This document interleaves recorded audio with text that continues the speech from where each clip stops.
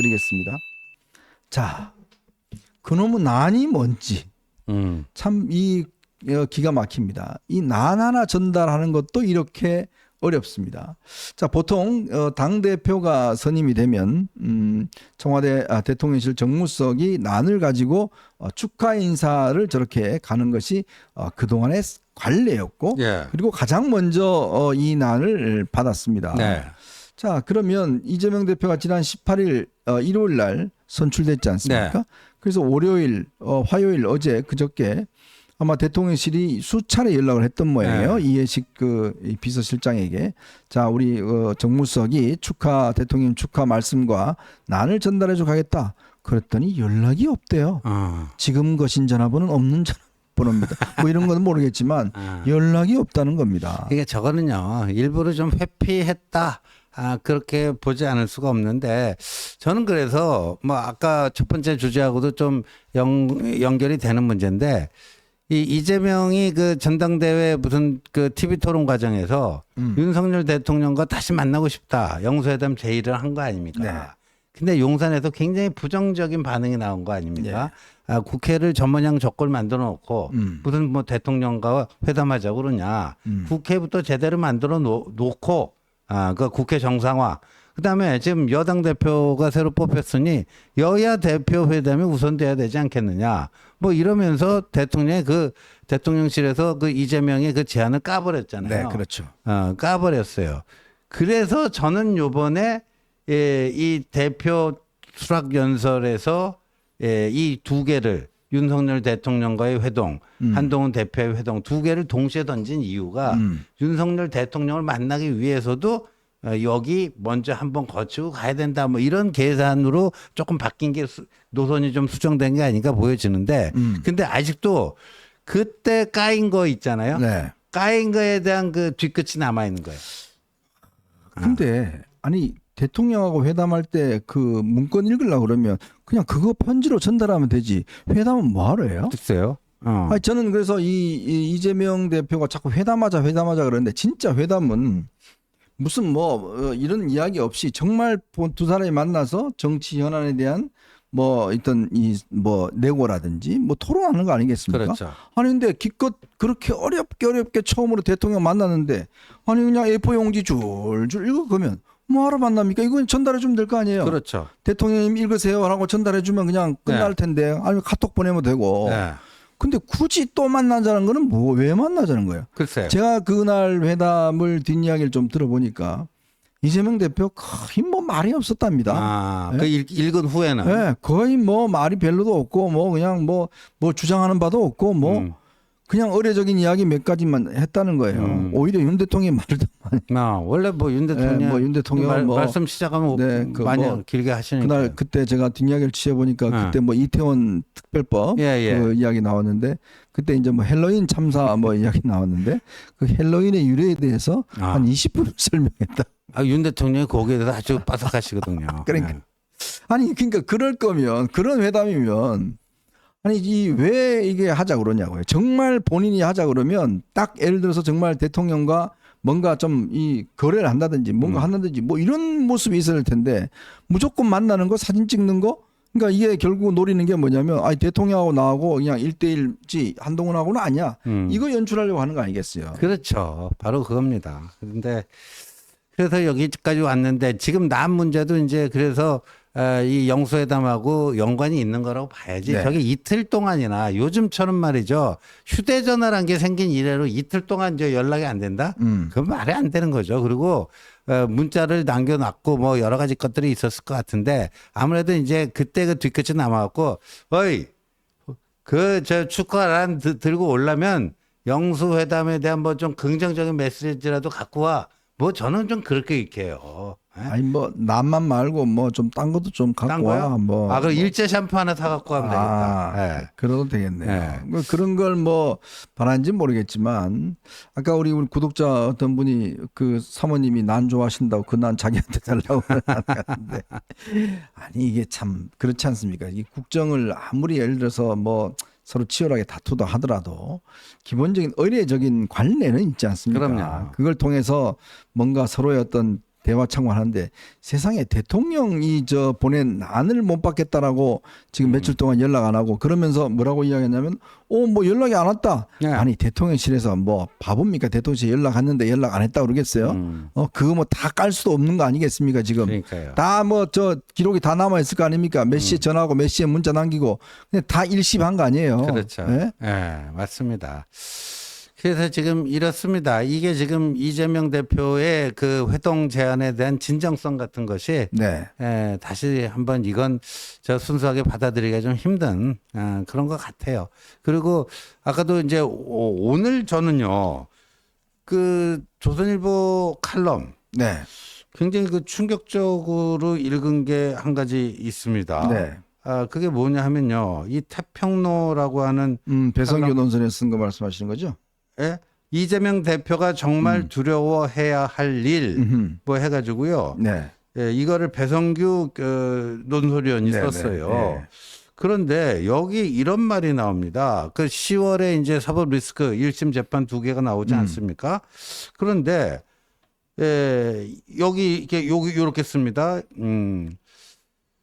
예, 핵심 측근 이재명 핵심 측근은 법원과 대화 통로가 필요하다고 했다. 법원과 대화 통로가 필요하다고. 네. 이게 배성규 칼럼에 이재명의 핵심 측근은 따옴표 법원과 대화 통로가 필요하다 따옴표 고했다. 그러니까 이거는 어디서 확실하게 들은 근거가 있으니까 이렇게 썼을 거 그렇죠. 아니에요. 거래를 하자는 이야기겠죠. 이것도 재판 거래 하자는 얘기 아니에요? 맞아요. 지금 사실은 이 민주당의 지금 이 재판부에 대한 압박이 시작됐습니다. 네. 어제 김병주가 뭐 또 이야기를 하고 해서 재판부에 대한 이제 압박이 시작되는데 저는요 어제 바이든 대통령이 본인이 어제 이제 마지막 연설을 하면서 자 본인은 민주주의를 지키기 위해서 사퇴한다. 그러니까 이 이제 불출마한다. 민주주의를 지키기 위해서 이런 선택을 했다라는 이야기를 하잖아요. 네. 그러니까 저는 그걸 보면서 야 역시 바이든이라는 사람은 좀 큰 사람이다. 왜냐 본인이 끝까지 갈 수 있었잖아요. 예를 들어서 정말 이런 나이 좀 인지능에 문제 있다 하더라도 본인이 끝까지 후보로 갈 수 있었잖아요. 그렇죠. 그렇지만 본인이 미국과 또 민주당과 이걸 살리기 위해서 본인이 과감히 던진 거 아니겠습니까? 그렇죠. 던졌죠. 그랬더니 해리스에 대한 지금 인기가 지금 하늘을 찌르고 있잖아요. 맞습니다. 그러니까 미국 정치인들도 본인이 어떤 국가와 어떤 당을 위해서 자기가 정말 내려놓을 때 이걸 선택을 하는 거예요. 자, 그러면 이재명 대표라는 사람이 저는 1심에서 예를 들어서 지금 당선 무효형이 나온다고 그러면 저는 바로 바이든을 좀 본받아라 이런 이야기를 하고 싶어요. 그 무슨 이야기냐면 자, 바이든이 국가와 저 미국과 당을 위해서 사퇴를 했잖아요. 네.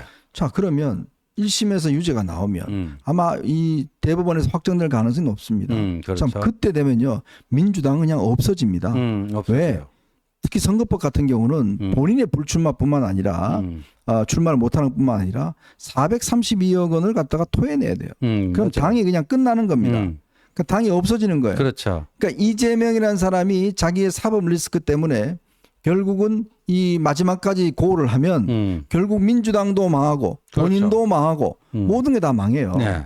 그러면 저는 정말 이재명이라는 사람이 이번에 바이든을 보면서 느끼는 거는 아, 내가 1심에서 나오면 내가 그냥 사퇴하겠다. 이래버리면 정말 이게 대역전극이 벌어질 거예요. 그렇죠. 예? 그렇죠. 역전극이 벌어지는데 그러니까 이재명 측근이 법원과의 대화 통로가 필요하다고 한 거는 이거는 이재명 일 개인에 대한 판결이 아니고 네. 이 제1야당 국회 다수당이 당사를 팔아야 되고 그 초유의 그런 상황이 벌어질 수가 있기 때문에 네. 단지 뭐 김문기 씨 몰랐다. 국토부 협박 때문에 백현동 인간 내준다.